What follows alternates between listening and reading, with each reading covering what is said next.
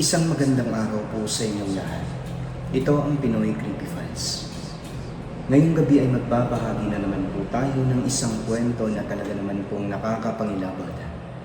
Karanasan po ito ng isang lalaki na pumunta sa isang kasiyahan na lingid sa kanyang kaalaman.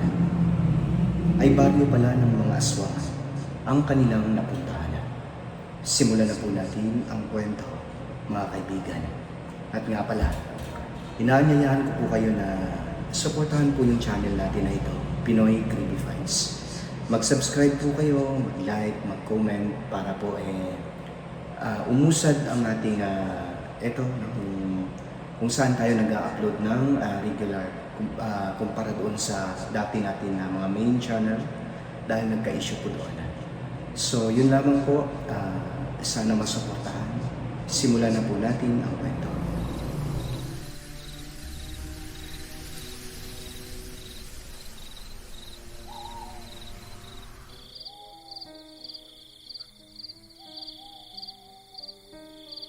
Isang mapagpalang araw sa inyo, Sir Alex.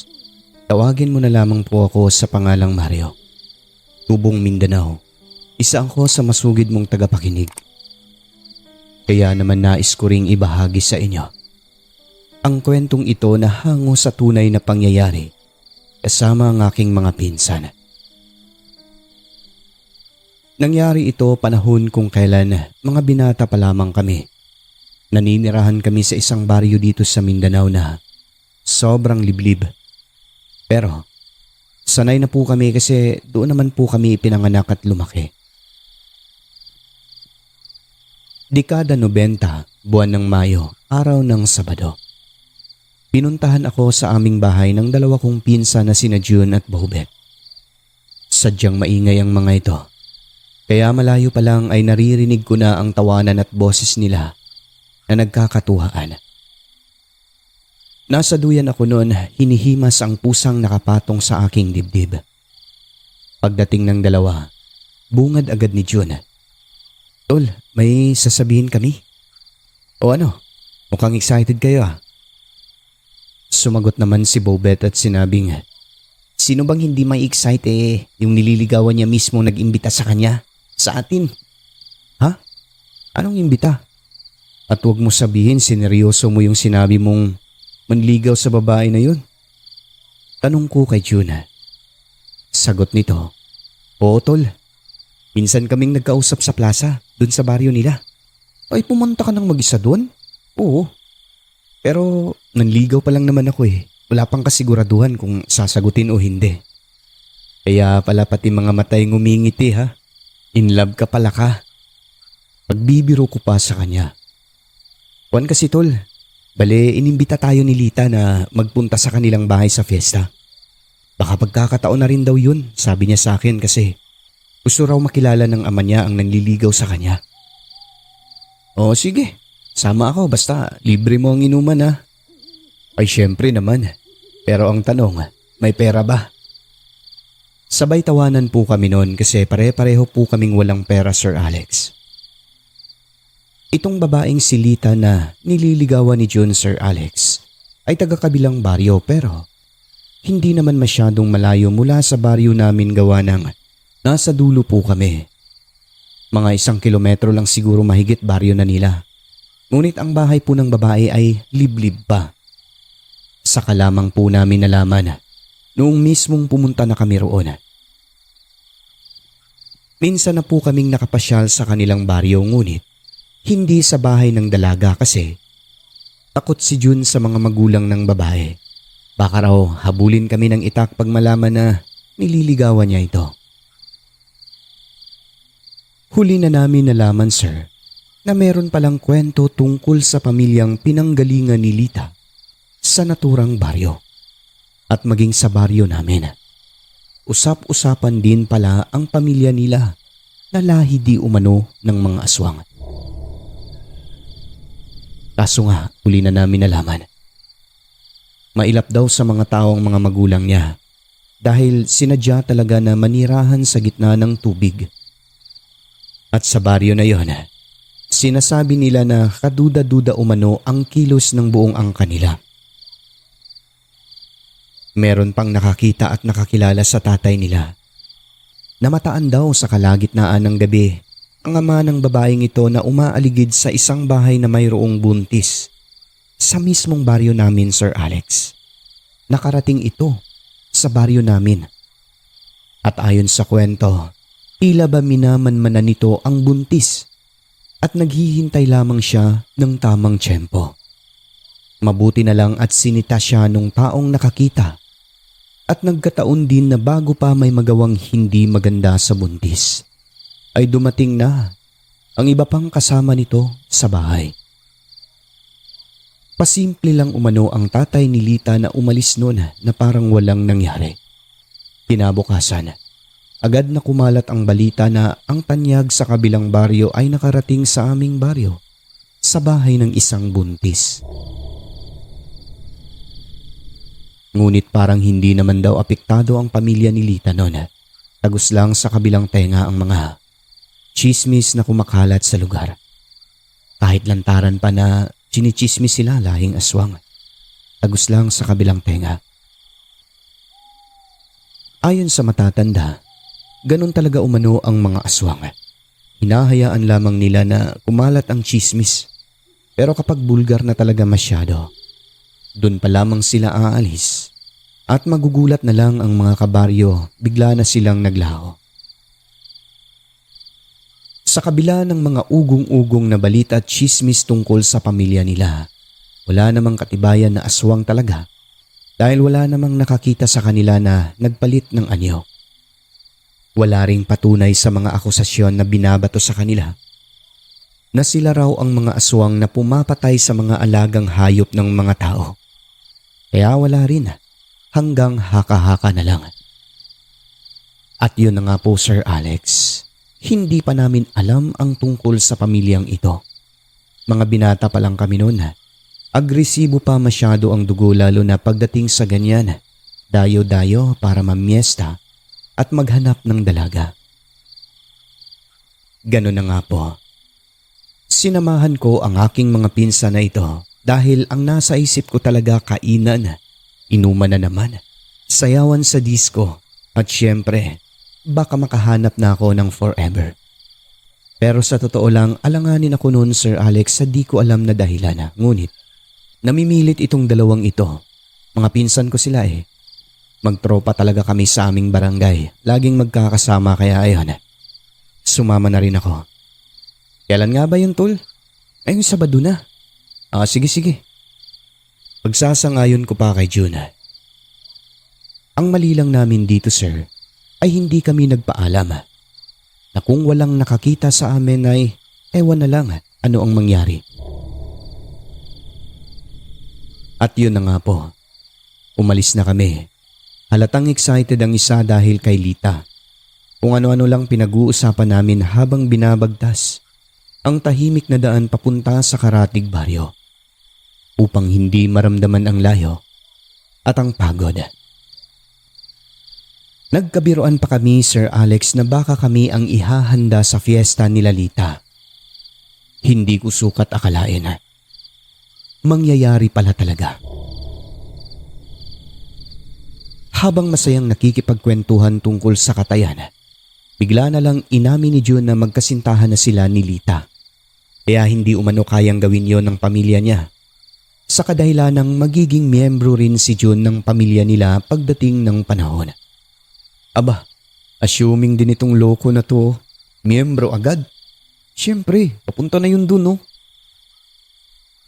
At nga pala, Sir Alex, itong si Lita ay matanda sa amin ng siguro mga 3 taon. Kung magsalita yun, parang ang dami-dami niyang alam. Para bang nanay na marami ng karanasan sa mundo.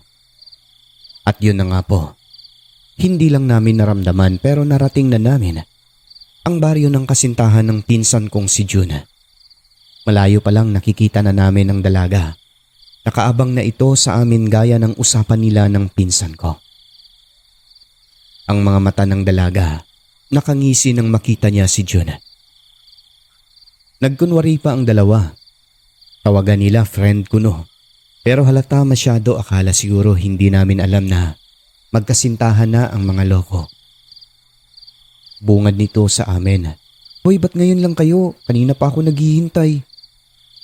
Pasensya na friend ha, kasi naglakad lang kami. O sige, tara na. Punta na tayo sa amin. Kanina pa naghihintay si tatay sa inyo, lalo na ikaw Jun. Gusto kanyang makilala.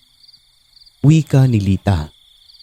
Medyo kinabahan nga kami sir dahil baka bigla na lang kaming paghahabuli ng itak doon kasi nga si Jun nanliligaw kay Lita. Maraming bahay ang nadaanan namin papunta sa kanila. May mga nag-aabot pa ng tagay pero tumatanggi kami kasi nagugutom na. Maliban kay Lita, ay wala talaga kaming kilala roon Sir Alex. Ang napansin lang namin, may mga tao kaming nadadaanan na parang nagbubulungan sila at parang kami yung pinag-uusapan. Pero hindi namin yon pinag-isipan ng masama kasi ganun naman talaga pagdayo ka sa isang lugar. Kung baga nanibago ba? Ilang sandali pa, nakarating kami sa dulo. Ang sabi ni Lita, dito ang daan papunta sa amin. Sumunod lang kami sa kanya. Dumaan kami sa makipot na daan. Yung daan na parang pangdalawang tao lang. Tapos diretsyo na sa palayan. Napatanong ako, kasali pa ba sa pesta dyan? Sumagot naman si Lita, oo naman. Doon sa dulo ang bahay namin. Nakikita niyo yung mga kakahuyan. Doon. Hanggang sa makarating kami sa kalsada. Habang naglalakad, ay meron po kaming nakasalubong Sir Alex na lasing na at ang sabi nito, "Oy mga dayo." "Hoy dayo kayo no?" "Opo Manong." Sabay tinitigan niya ang babae pero si Lita sir ay umiwas sa kanya. Ang sabi niya, "Umuwi na kayo. Umuwi na kayo sa inyo. Kilala niyo ba kung sino ang pupuntahan niyo rito?" "Opo Manong." Sagot ni Jun. "Eto ba? Wala bang nagsabi sa inyo tungkol sa pamilyang..." "Tumigil ka Manong, lasing na po kayo." Galit na wika ni Lita. Tumawa lang ang lasing Sir Alex na tumitig sa kanya tapos humingi ng paumanhin. Bigla na lang nagbago ang tono nito nang makita niyang sobrang talas ng titig ng babae sa kanya. "Pasensya ka na iha, nakainom lang ako. Sige, alis na ako." Matapos noon, dumiretso na kami Sir Alex. Ang sabi ni Lita, huwag pansinin dahil may diferensya umano ang tao na yon. Hindi na lang namin pinansin sa halip ay dumiretso na lang kami Sir Alex at nagkukwentuhan. Hanggang sa makarating kami sa kanyugan. Nangigala ko ang paningin sa paligid. Ay hindi maiwasan na hindi makaramdam ng kaba. Paano ba naman kasi walang kabahay-bahay? Sa isip-isip ko pa noon, kahit siguro magsisigaw ka ng magsisigaw ng tulong doon ay wala talagang makakarinig sa'yo. "Uy Mario, seryoso naman ito. Malapit na tayo. Magmadali na kayo." Sambit pa ni Lita. Malayo pa lang Sir Alex ay nalalanghap na namin ang mabangong amoy ng mga pagkain. Siguradong ang daming handa. Sa isip-isip ko pa. Hanggang sa nakikita na namin ang bahay nila. May mga nakatayo sa labas at tinuturo kami. "Yun na ba bahay nyo?"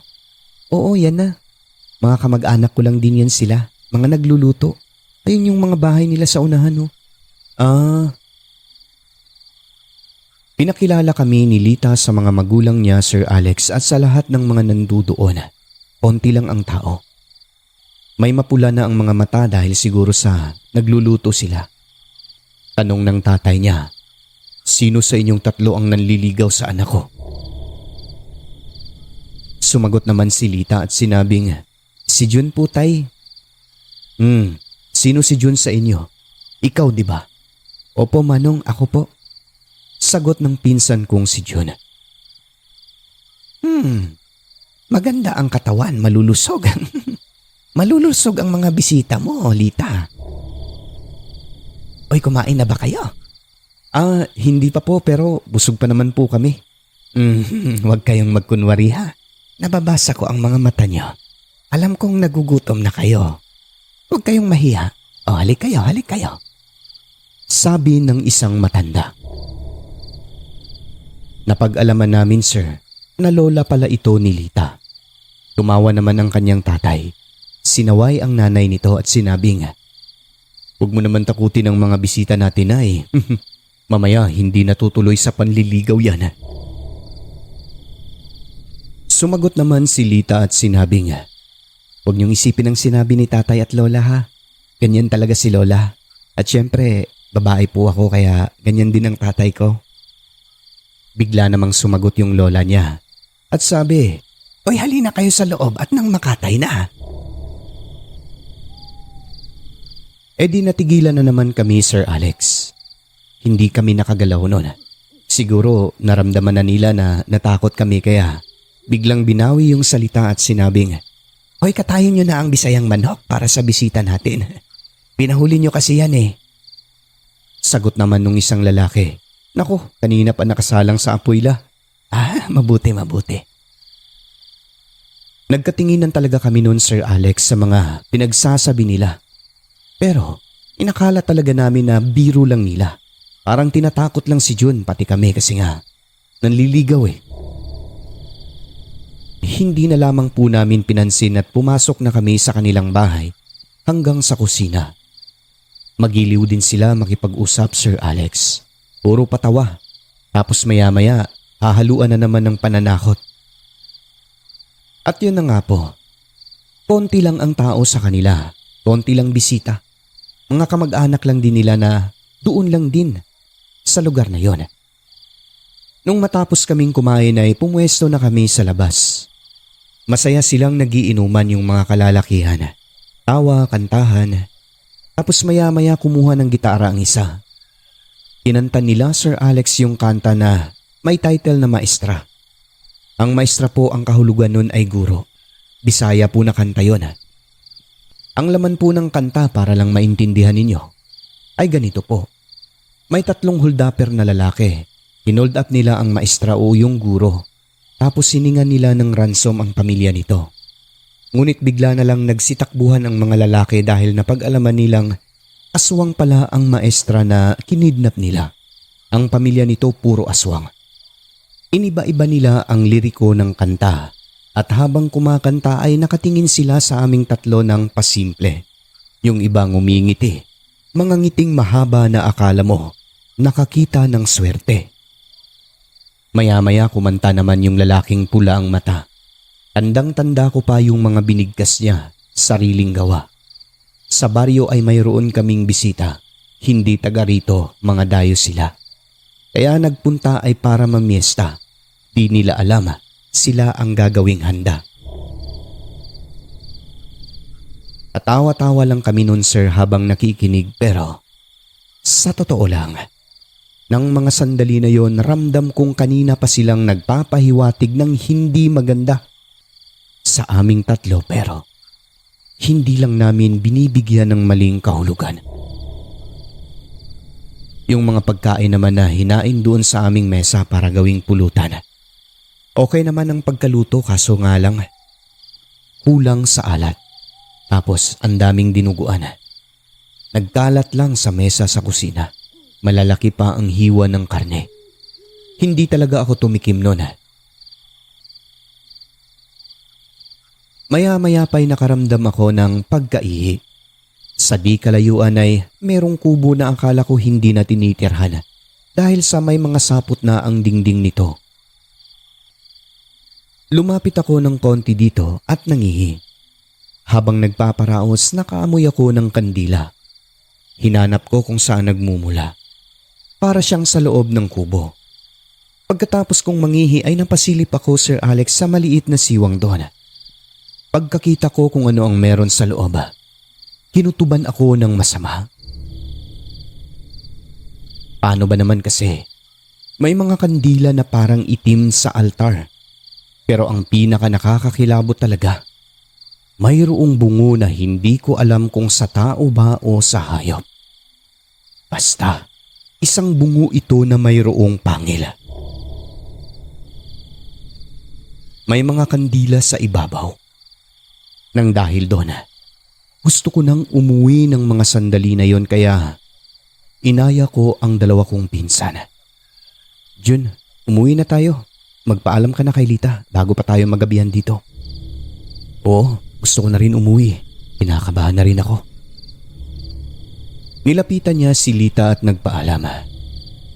Ngunit, bigla na lang sumagot ang tatay niya sir at sinabing wag muna, hindi pwede. Dahil magiinuman pa umano kami. At gusto raw kami makilala kasi nanliligaw sa anak niya si Jun. Hindi rin pwede na mauna yung dalawa. Dapat sabay-sabay daw kami. Mas lalo kaming kinutuban ng masama noon, Sir Alex. Isa pa kasing dahilan. Yung gate nila na gawa sa yero na pangbubong ay nakasarado na po ng mga sandali na yon at nakakandado pa gamit ang malaking kadena. Parang hindi talaga kami pauuwiin. Nasabi na lang namin, mukhang magkakatotoo yung biro namin na kami ang kakatayin. Sir Alex, bagaman takot na kami ay hindi po kami nagpahalatan tatlo. Nakipag-inuman pa rin kami sa tatay ni Lita pero pakonti-konti lang talaga. Yung mga tao sa loob ng bahay nila sa amin nakatutok. Maya-maya, nagtanong ako kung bakit sinarado ang gate. Wala na bang bisita? Sumagot si Lita. Wala na. Kayo ang huling bisita. Sabay ngiti ng babae. Maya-maya lang. Binuksan na naman nila ang gate pero hindi na katulad kanina na yung malawak talaga ang pagkabukas. Konti lang. Nasabi ko talaga, kami lang ang bisita na ini-expect nila. Si Jun naman na pinsan ko, Sir Alex. Ayon sa kanya, kahit papano'y naibsan ang matinding pangamba nito dahil tinabihan siya ni Lita at kinakausap-kausap, pinapatawa. Yung suot ni Lita noon, mapang-akit na. Paraan siguro upang hindi kami maghinala at matakot. Ang ginawa ko, Sir Alex, sabi ko, magdisko tayo mamaya, Lita. Sumagot naman si Lita at sinabing wag na. Malayo na yon. Dagdag nito, tatawid pa ng Palayan at Kanyugan. Tapos babalik siya. Siya na lang mag-isa kasi nga uuwi daw kami. E di magpasama ka. Sagot namin sa kanya. Bigla namang sumagot ang mga kalalakihan doon. Sinabi nila, bakit pa kayo aalis? Dito na lang tayo magsaya. Pareho lang din yon, sabi nila. Yung tagay na inaabot nila, Sir Alex, marami talaga pero hindi kami nagpapahalata, konti lang iniinom namin. Bumulong ako sa aking mga kaibigan. Hindi tayo papayag na abutan tayo ng dilim dito. Ang sabi naman nila, pilitin natin. Hanggang sa malapit na magtakip silim, Sir Alex, kaya tumayo na kami noon. At nagpaalam na uuwi na talaga. Gusto naming hindi magpapigil eh. Ngunit hindi talaga sila pumayag, lalo na ang tatay ni Lita. Hinawakan ba naman ang balikat ni Jun pagkatapos ay puwersahan na pinaupo sa upuan. Ang sabi nito, bakit daw kami nagmamadali marami pa siyang itatanong kay Jun. At isa pa, linggo bukas. Pwede naman doon na lang daw magpaumaga. Kumakalabog na ang dibdib namin noon tatlo. Dahil naririnig na rin namin na may naghahasa ng mga itak sa labas ng bakuran. Doon yun sa kabilang bahay. Paryente lang din nila Lita. Grabe ang pawis naming tatlo noon kahit na malamig ang panahon. Ang dibdib namin halos sasabog na sa tindi ng pagkabog nito. Tapos, yung gate ay sarado talaga. Alam mo, Sir Alex, akala namin katapusan na namin yun. Wala na kaming pag-asa kasi wala talaga kaming madadaanan. Isa pa, wala kaming dala na kahit isa na pangdepensa. Kung ano-ano na naglalaro sa aking utak noon. Si Bobet, panay dasal sa kanyang isipan. Walang tigil, sabi niya. Mabuti na lang, Sir Alex. May himalang nangyari.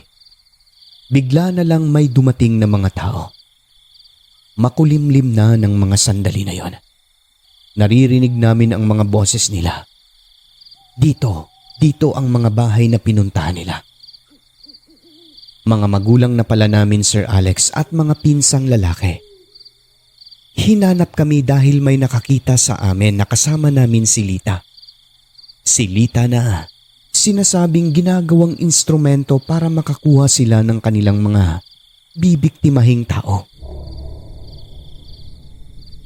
Ayon sa mga ito, nagtungo raw kami sa lugar ng pamilyang pinaghihinalaang mga aswang na sinususpetsahan din na may kagagawan sa mga dayong bigla-bigla na lang naglalaho sa naturang baryo.